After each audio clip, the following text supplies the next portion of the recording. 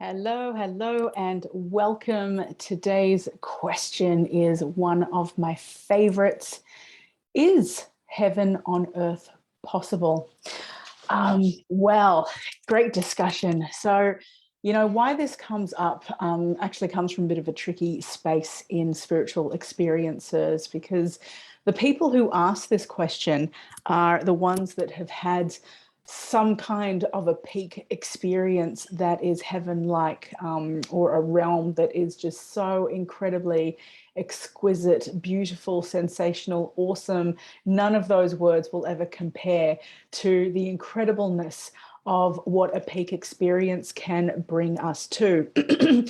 And one particular group of people that, well, many groups of people can have these experiences, but one particular group that can have some issues integrating this are those that have had a near-death experience, because it can be so sudden and impactful, and usually in a physical body experience of trauma, death, or near death. But the consciousness, the experience of consciousness, is something completely different and marvelous and wonderful. So naturally, integrating the spiritual with the physical becomes a bit tricky on the way after, but that's another discussion.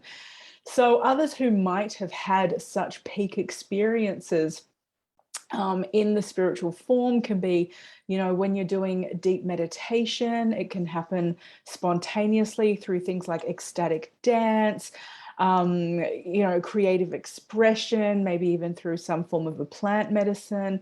So there's many different ways that these peak moments and experience and taste of heaven can come about, even at things like music festivals or large gatherings where a peak moment has been built. And the more kind of everyday grassroots variety of this that everybody can relate to is falling in love. We've all fallen in love, haven't we, at some stage or another? And that experience there, whether it be with a person, with, an experience, or just that incredibly juicy feeling of love where everything in the world is okay. Right? When you're held and sustained in love in that moment, I mean, the world could collapse and you'd still be absolutely okay, right? So we're talking that level of blissful being in the world, right? In those peak experiences. There are other things that you might have experienced that touch on this, like witnessing a miracle. I mean, to be present at the birth of a child, for example. To be awed by beauty, a starry night sky. How many of us these days in these light-filled worlds actually stand out under, stand in an area that is jet black without light pollution and get to be, absorb the light of the stars and the moon and the cosmos, right? That can strike awe in us, just lying down staring at the stars, or seeing an incredible sunset or sunrise, right? So many of these experiences are what we categorize as peak experiences, right? And I like to think of it visually. It's like that moment at the peak of the mountain. This is probably where it comes from, where maybe you've been trudging away, but then all of a sudden, bang, you're exposed to just incredible beauty. Yep. Nowhere to go, nothing to be, nothing to do, just enjoy that present moment, just enjoy that unfolding moment, right? And that is a moment of just not only being fully present, but being enlivened, being expanded. And this is why it is a spiritual state. It expands us, it connects us to something sacred, something beautiful, something truly awesome. Yeah.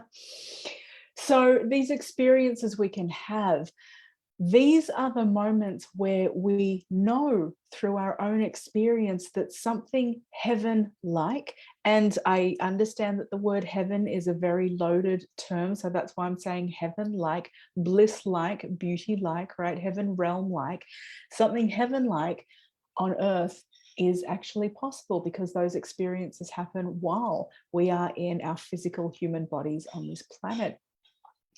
The question, though, then becomes, how do we, after the peak happens, it's like the orgasm, right? After that happens, that's absolutely marvelous. But what then? How do we sustain it? And this is a moment that is often really challenging for people who've had these experiences, because for some, it can be like crashing down really hard back to planet Earth, you know, after being so expanded, so big, so immense, part of the all that is, and especially if that is like in this beautiful love vibration, to then be condensed back into a physical form that is limited, that has all of its foibles, right? That is contracted in many ways, and back into difficult situations and all of the day-to-day things. I mean, that can be incredibly painful. And then the longing happens, right? So there is this thing called spiritual homesickness that can happen afterwards, of constantly longing to be back in that beautiful state, that place, right? So the key now is in how do we integrate those, and how do we bring more of that heaven-like state into the everyday. And you know, in working with so many different people who have had these experiences and helping them do exactly that, right? I know through my own experience and through others that bringing a heaven-like state on planet Earth is completely possible, but it doesn't happen only through intention or just a few actions here or there or some affirmations, right? This is the daily practice. This is the daily practice of integrating the gold nuggets of those spiritual experiences and states and wisdom, and infusing them into ordinary daily life, not checking out from ordinary daily life and expecting, you know, to escape it and spiritually bypassing, right, in order to go to some other beautiful place and not deal with the day-to-day. Not at all. It is about infusing all of that into the day-to-day. This is what we call true integration. Another term for this is stabilizing spiritual consciousness. And it is a key part on the journey of awakening, to not just have the experiences, but to earth it, right? To embody them, to then live them, and even expand them and evolve them to our and their next way of being, right? So I wanted to share with you at this stage a quote from Jorge Ferrer, who is a professor of transpersonal psychology.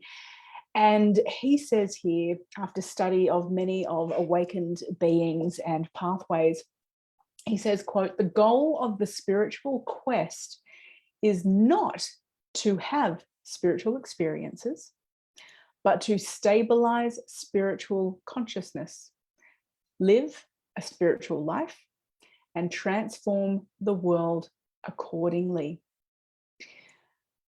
And so it is that creating something truly beautiful is possible, not only when we take the gold nuggets of our lived experiences of having tasted that, but we infuse it into our day-to-day lives in our unique ways. I mean, that's up to each person to figure out how to do, right?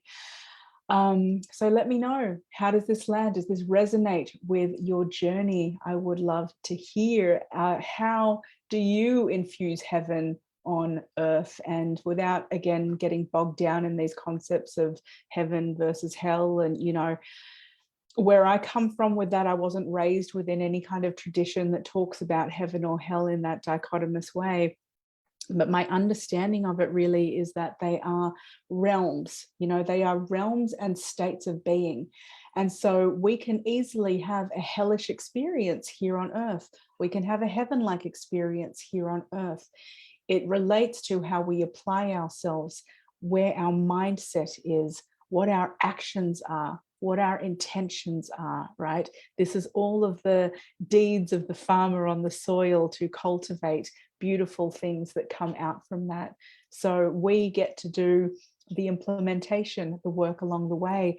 The spiritual experiences that come along give us the taste of it, right? They're the appetizer, they whet the appetite. But after that, the stabilization of it is up to us. Be well, much love, and as always, live, laugh, love. See you soon.